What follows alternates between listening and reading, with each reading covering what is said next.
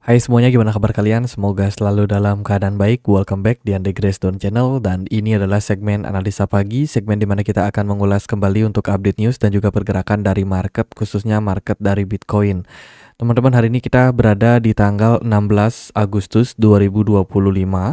Teman-teman, kondisi dari market, Bitcoin diperdagangkan di kisaran level 117.000 something, dengan pergerakan Bitcoin dominance yang mulai meningkat ya, naik 1,3%. Impactnya lumayan kerasa pada outflow, terutama dari Ethereum udah mulai mengalami outflow yang lumayan kuat. Hari ini Ethereum turun 3,27%, dengan total yang memang udah mengalami outflow sampai 1,93% sejauh ini. Kemudian beberapa altcoin juga terdampak lumayan signifikan dalam penurunan seperti Arbitrum, Optimism, Solana, Chainlink, dan beberapa koin lainnya. Nah, kalau kita lihat hari ini kita nggak akan dapat news yang gimana-gimana. Hari ini ya tentang penutupan market aja sih. Market US bakalan close, untuk market US saham Amerika, forex juga bakalan close. Dan untuk kemarin rilis datanya itu tidak terlalu memberikan impact yang signifikan terhadap market. Kemarin ada data retail sales dari Amerika Serikat, overall ini masih turun ya. Berarti ekonomi saat ini memang benar-benar lagi anjlok-anjloknya. Data ekspor juga menunjukkan penurunan terjadi pada ekonomi Amerika Serikat, di mana dari 2,8 turun menjadi 2,2. Kemudian untuk impornya justru malah naik, teman-teman. Padahal kemarin kan mereka mengenakan tarif ya. Memang tarif Trump ini sangat-sangat berdampak gitu. Amerika Serikat bukan negara yang nggak bisa tanpa impor. Mereka tetap harus banyak impor bahan baku dari negara-negara lain, negara-negara berkembang ataupun negara tetangga mereka sendiri seperti Meksiko dan juga Kanada. Nah, Trump udah menaikkan tarif, otomatis harga barang-barang baku, harga bahan baku itu mengalami kenaikan ya, karena nggak mungkin penjual itu mau rugi karena impact daripada kebijakan yang diambil oleh pemerintahan Trump ini gitu, sehingga otomatis mereka pasti akan menaikkan harga barangnya juga gitu. Makanya kemarin data PPI justru naik lumayan signifikan ya. Ini adalah reaksi dari kegiatan menaikkan tarif pajak Trump yang sepertinya memang baru muncul efeknya sejauh ini gitu. Kemudian kemarin juga ada data retail sales dari Amerika Serikat, overall ini trennya turun. Michigan one year inflation expectation sekarang mengalami peningkatan. Nah, ini adalah leading indicator untuk kita mengukur gimana kondisi inflasi ke depannya. Michigan one year inflation expectation naik dari 4,5 menjadi 4,9. Ini pasti akan memberikan dampak kepada kemungkinan The Fed untuk cut rate di bulan ini. Nah, ini datanya, maksudnya bulan September ya. Nah, ini datanya teman-teman, di mana tanggal 18 September nanti The Fed akan mengumumkan keputusan suku bunga. Sekarang kita berada di poin 84,4%. Kemungkinan besar The Fed masih akan memangkas suku bunganya 25 basis poin pada pertemuan FOMC tersebut. Ya, tapi kalau kita melihat secara persentase, kemarin saya update itu di komunitas Telegram ini. Kemarin itu ada di poin 89,0. Ya, hari ini sudah berada di 84. Itu berarti semakin turun kemungkinan The Fed untuk pangkas suku bunga. Gitu. Ini kita masih punya 4 minggu, 4 hari lagi.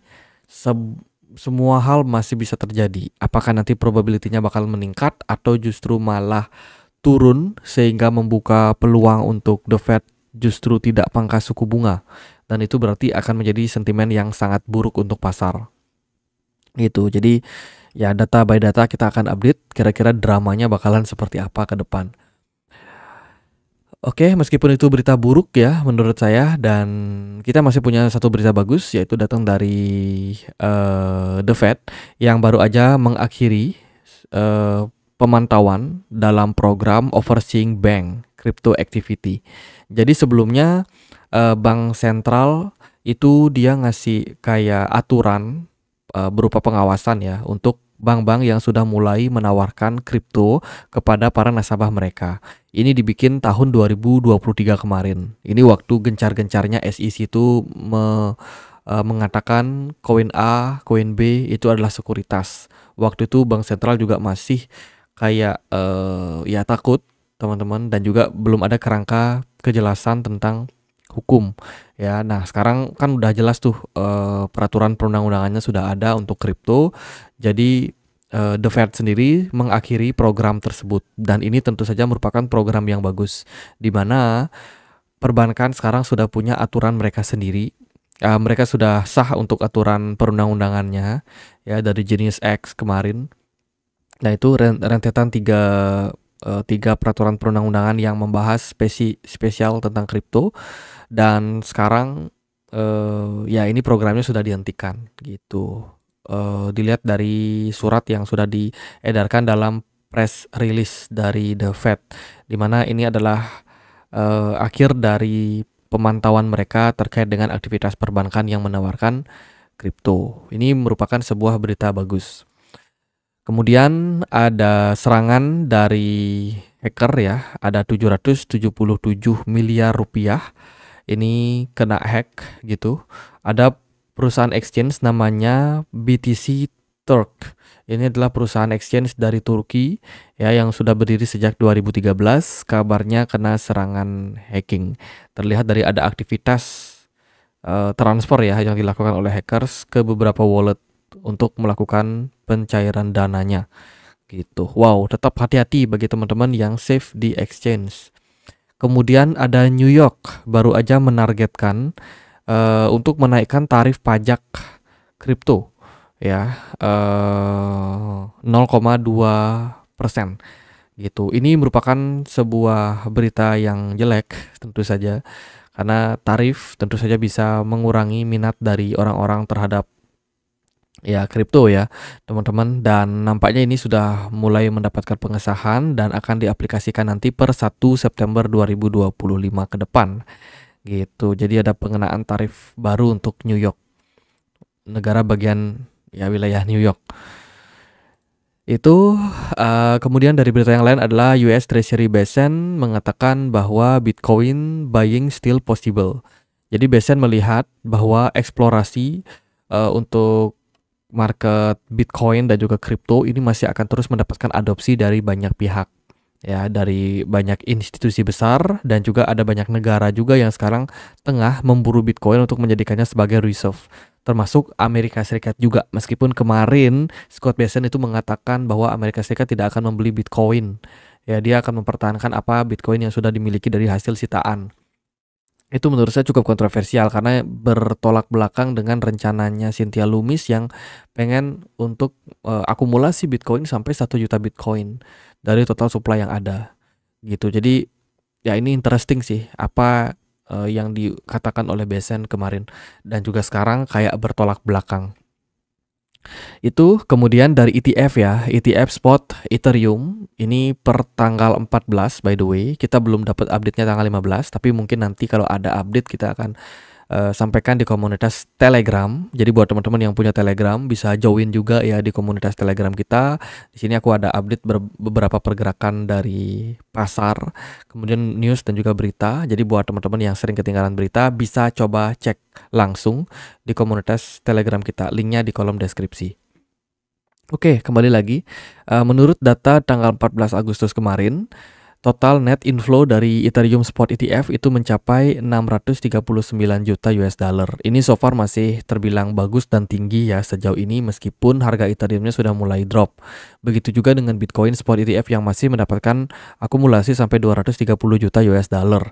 Meskipun harga Bitcoinnya kemarin kena flash dump impact daripada data PPI yang tidak sesuai dengan ekspektasi pasar. Seperti itu. Jadi ya kita bisa melihat kondisi sekarang ini market masih terbilang positif dari akumulasi ETF-nya. Kemudian dari berita yang lain adalah ada Huobi Lin dikabarkan dia sudah punya sekitar 16,5 juta saham iShare Bitcoin ETF miliknya BlackRock atau IBIT. Ya, ini sudah diakumulasi dengan nilai pasar sekitar 1,01 miliar US dollar. Ini salah satu perusahaan yang terus melakukan pembelian Bitcoin melalui ETF. Kemudian juga ada rumor terkait dengan Grayscale Dogecoin Trust. Ini diluncurkan oleh Grayscale, teman-teman, di mana Grayscale sekarang sedang mengaudit Doge dan kemungkinan akan segera meluncurkan produknya nanti sambil menunggu persetujuan dari SEC. Gitu. Ini program baru ya. Program baru yang sekarang sedang dipantau. Dogecoin dipantau oleh Grayscale.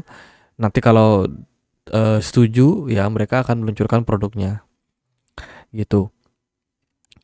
OKB masih terus di burning oleh OKX, teman-teman. OKB adalah salah satu crypto exchange dari OKX ya, yang memang beberapa waktu terakhir itu dalam program burning token gitu. Sekarang ini laporannya 14 jam yang lalu sudah terkonfirmasi mereka melakukan burn coin lagi.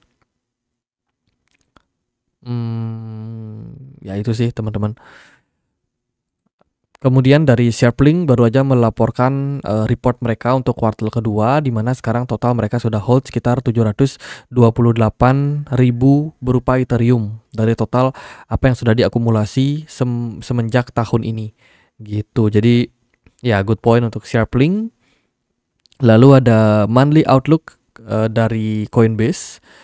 Coinbase memprediksi all season akan datang. Ya, all season telah tiba. Gitu. Ini tentu saja merupakan laporan yang menarik untuk kita perhatikan dari Coinbase sendiri yang melakukan research. Ya, dia memprediksi bahwa 2025 khususnya kuartal ketiga ini adalah awal daripada kenaikan dari altcoin, di mana top 50 altcoin ini akan perform lebih baik daripada Bitcoin selama 90 hari terakhir. Gitu. Artinya prediksi ini menunjukkan bahwasanya all season masih belum berakhir dan kemungkinan masih akan terus berlanjut ke depannya. Gitu. Meskipun kalau kita melihat secara pergerakan saat ini ya di beberapa bulan terakhir yang paling mendominasi itu adalah Ethereum. Tapi ini sebenarnya adalah shifting yang bagus gitu untuk nanti aliran dana akan berpindah kembali ke beberapa altcoin yang bakalan perform dan punya peluang yang baik untuk growth performance yang bisa dibilang memanfaatkan momentum ini gitu. Momentumnya itu akan dimulai ketika Fed cut rate di bulan September nanti. Ini akan menjadi awal yang baik untuk all season gitu. Jadi Coinbase nampaknya sudah memprediksi bahwa Fed akan melakukan pemangkasan suku bunga di bulan September. Semoga terrealisasi dan semoga all season masih akan datang. Oke, ada beberapa koin yang masuk ke dalam pemantauan dari Coinbase ya. Menurut dari jumlah token yang ditradingkan itu ada ARB, ENA, LDO, OP yang sementara ini mengalami lonjakan daily perdagangan yang signifikan gitu. Terus ada juga koin-koin lain yang bisa dipantau seperti ada LDO, kemudian MTD juga bisa dipantau. Ini koin-koin yang dalam pemantauannya Coinbase sejauh ini. Gitu. Dia melihat secara momentum kayak money market fund asset ya.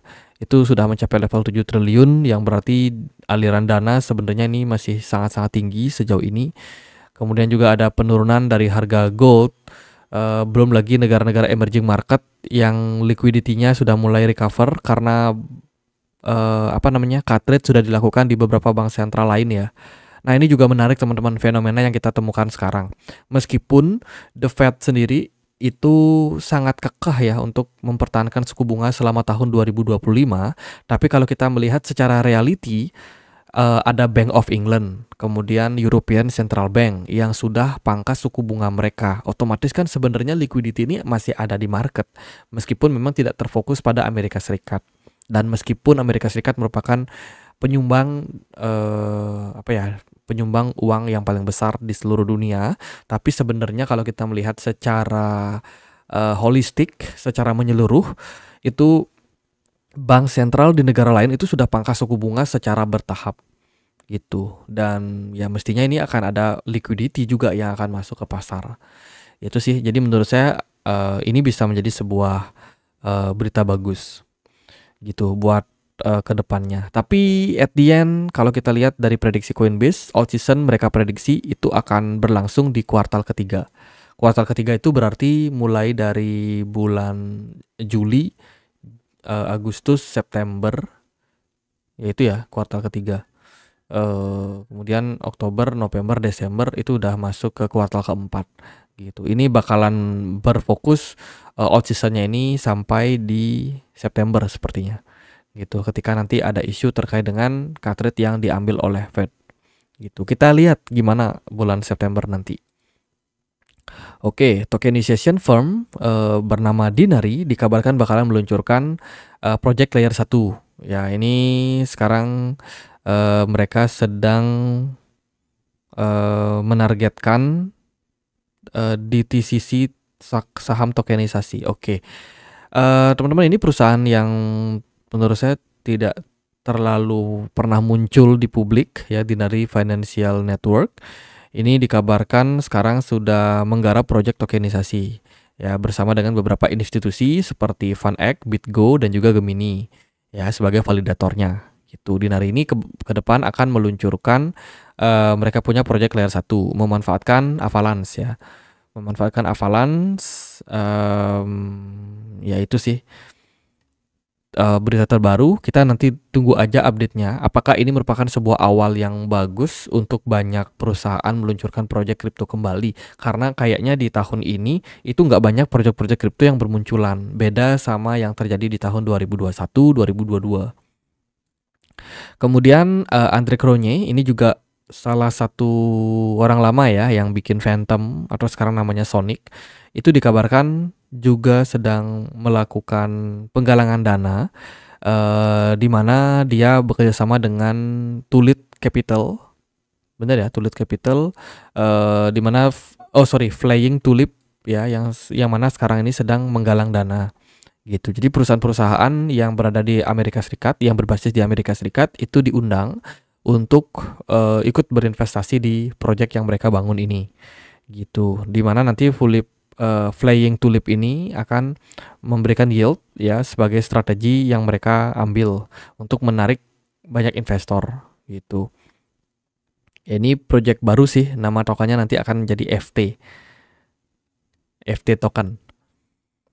Apakah berhasil? Kalau kita melihat dari track recordnya sih FTM nggak terlalu gimana-gimana ya, bahkan ya bisa dibilang tenggelam untuk sekarang. Oke, lalu gimana untuk Bitcoin? Apakah Bitcoin bakalan lanjut bullish atau tidak? Roadmapnya gimana? Teman-teman, aku sendiri memperhatikan pergerakan Bitcoin ini mirip atau punya potensi bergerak dalam sebuah flat correction gitu. Either itu regular flat correction atau mungkin nanti akan jadi expanded flat correction atau running flat. Ada 3 kemungkinan yang mana ini menurut saya cukup possible gitu. Nah, kita akan coba lihat ya. Pertimbangan saya sih untuk koreksi yang terjadi pada Bitcoin itu kembali pada bigger picture-nya. Aku ajak teman-teman untuk melihat time frame besarnya, time frame daily. Nah, teman-teman, sebenarnya Bitcoin ini sedang track atau sedang naik dalam sebuah uptrend yang sangat besar. Ya, kelihatan sejak 2022 bulan Desember, Bitcoin ini terus uptrend ya sampai sejauh ini. Belum pernah Bitcoin ini kayak turun di bawah dari trend line ini. Belum pernah, sangat-sangat di respect dan sejauh ini masih terus uptrend gitu. Nah, dari yang saya lihat ya, Bitcoin ini sudah menyelesaikan beberapa checkpoint ya di mana wave 5 itu sebenarnya sudah kebentuk. Nah, ini aku wait a second. Gimana caranya tarik ya? Nah, ini kita punya 5 wave kemarin yang sudah terbentuk ya di mana wave 1 itu ada di wave 1 itu ada di kisaran 32.000 in the bigger picture ya di time frame daily. Kemudian wave 2 itu ada di kisaran 23.000 kemarin. Lalu wave 4-nya wave 3 itu ada di 76.000 dan wave 4 itu ada di 48.000 dan terakhir wave 5 kemarin itu kita create di kisaran 113 ribuan. Itu adalah peak dari wave 5 impulsif pada pergerakan dari Bitcoin. Dan sekarang nah kita coba zoom out. Sekarang Bitcoin ini sebenarnya tengah dalam fase corrective wave. Ya secara jangka pendek ya, gitu. Nah, kita itu sudah ongoing untuk create wave 1. Didapat dari mana? Nah, ketika Bitcoin ini sudah create wave 5 di sini, di mana puncaknya itu ada di kisaran level 100 berapa nih? Wave 5-nya itu ada di sini sih sebenarnya 108 ya, teman-teman. 108, kemudian kita ada ABC korektif, ya kan? Dapat wave 2. Ini berarti adalah wave 5. Kemudian bukan wave 2, tapi kita udah create wave C di sini. Ya, dan mestinya ini adalah wave yang baru ya, teman-teman, wave 0. Kemudian kita running ke wave 1. Wave 1-nya ada di kisaran harga kemarin tuh di berapa nih? 123.000. Ya kan, puncaknya Bitcoin di sana. Kemudian di sini kita harusnya masuk ke tahap koreksi ke wave 2. Gitu. Fase koreksi ini nampaknya sedang berlangsung. Gitu. Jadi kemarin itu pergerakan Bitcoin yang sempat naik sampai 124 itu kemungkinan masih dalam corrective wave. Nah, polanya yang ini. Berarti kita baru aja create wave B atau mungkin ongoing untuk create wave B. Gitu.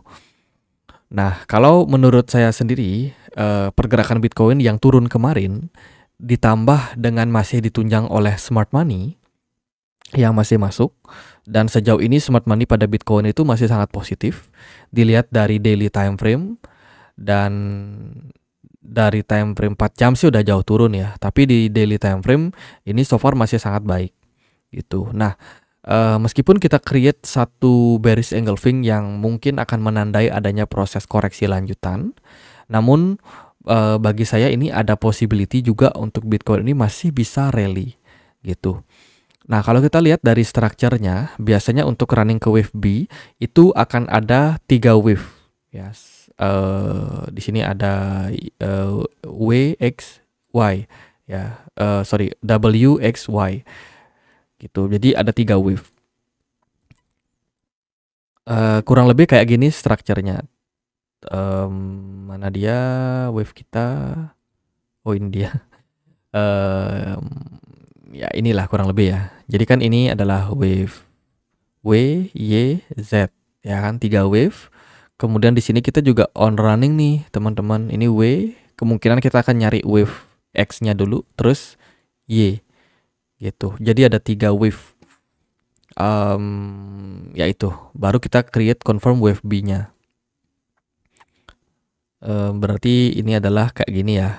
Ini wave A, ini wave B, terus wave C gitu. Nah, wave C-nya ini nanti masih akan sangat sangat tidak kita ketahui, sangat misterius. Karena ini tergantung dari patternnya, apakah hanya regular flat yang mana wave C-nya ini harusnya sedikit di bawah dari wave A, atau nanti akan jadi expanded di mana wave C-nya ini akan jauh dengan wave A, atau justru hanya running flat di mana wave C-nya ini enggak lebih dalam daripada wave A gitu. Nanti ke wave C-nya ini kita bakalan sangat-sangat ya belum jelas arahnya kemana gitu. Tapi yang pasti kemungkinan kita sekarang ongoing untuk running ke wave B yang ini gitu, atau wave Y ya gitu. Kalau ini benar, ingat ya, kalau ini benar, kalau benar tuh, maka kita harusnya bisa recover lagi secara jangka pendek di bulan Agustus ini. Mungkin kita akan take time buat koreksi beberapa hari ya, untuk mencari wave X-nya di mana gitu. Setelah itu harusnya bakalan kembali lanjut bullish. Nah, ini menurut saya sebuah perspektif yang mungkin saja terjadi pada pergerakan Bitcoin yang memang secara movement menurut saya cukup possible untuk terjadi gitu. Nah, kalau kita breakdown lagi, jadi untuk running ke wave W atau wave W di sana itu butuh 5 wave ya. 1 di sini probably 3, 4 dan juga 5 gitu. Sekarang kita harusnya masuk ke 3 wave koreksi.